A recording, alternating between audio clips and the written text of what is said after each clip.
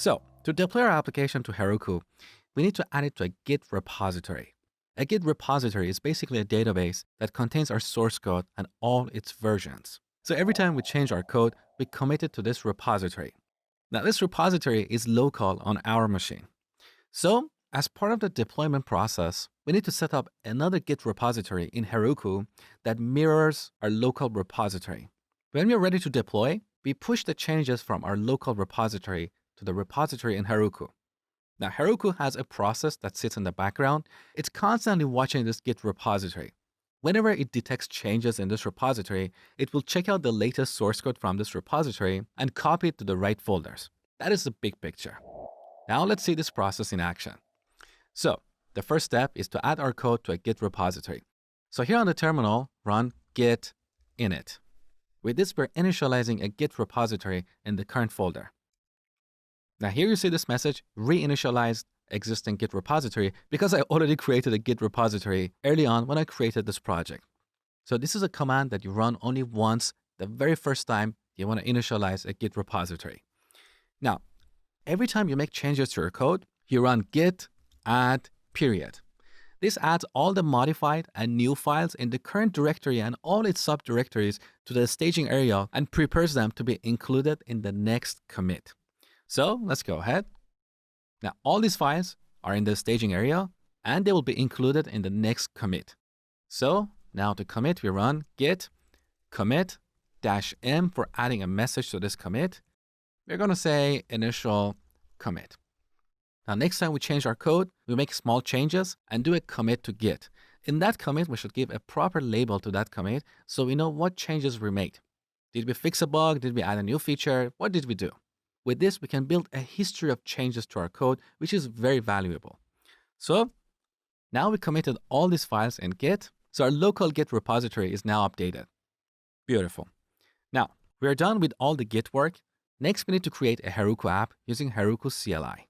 So first we need to log in. So run Heroku login. Type your email, programwithmosh@gmail.com. Obviously, you're going to use your own, not mine.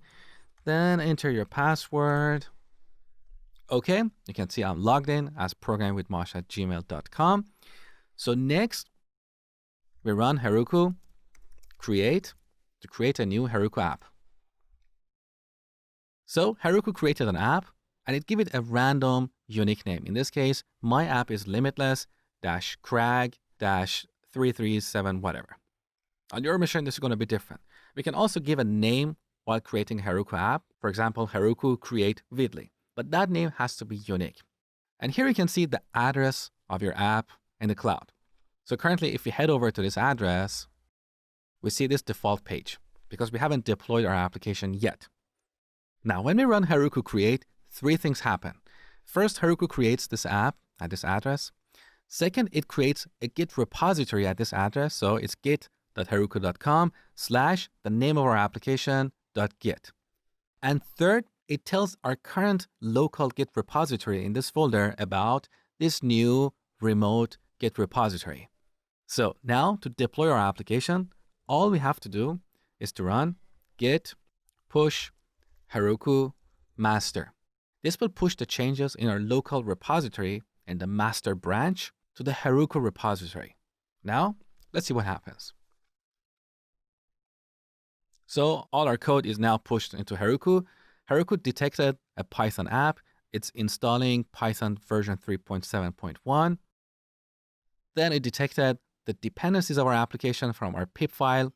In this case, we have a dependency to Django, white noise, and a bunch of other packages. So Heroku is automatically downloading and installing them from PyPI. Next, it's installing our SQLite database. Now, as I told you before, SQLite is a very simple and lightweight database. We shouldn't really use it in a cloud environment because it doesn't have security and it cannot serve multiple users.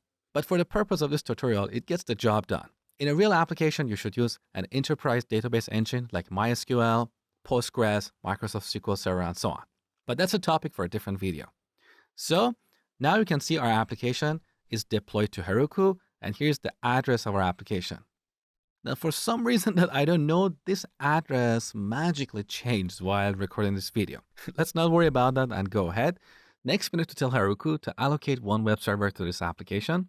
So we run Heroku ps:/scale space web equals 1. So we're allocating one web server to this application.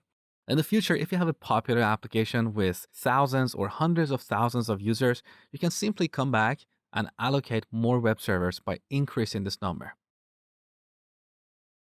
Okay, we're done. Now finally, we can open our application by running Heroku open. This simply opens a web browser pointing to your application. Now, by default, you're going to get this error, disallowed host. This is to prevent a common security attack called HTTP host header attacks.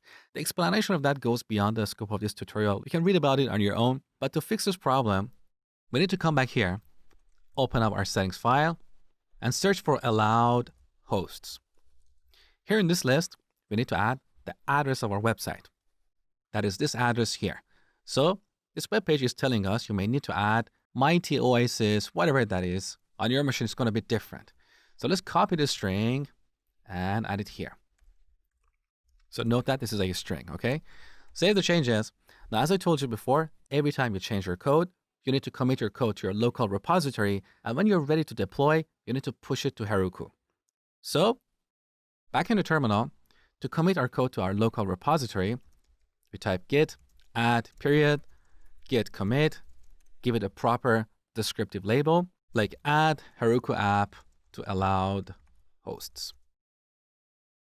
Now our local repository is updated.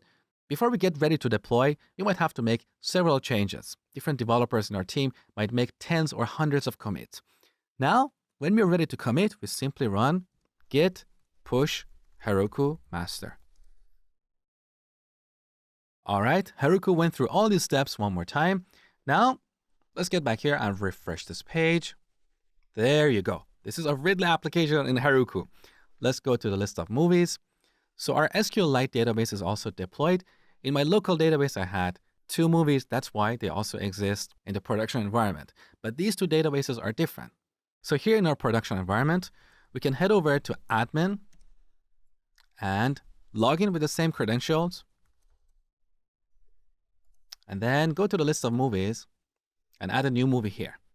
We also have a fully working RESTful API that we can access at /API/movies. So here are the movies in our database represented as JSON. And that concludes our Django tutorial. I hope you learned a lot and thank you for watching.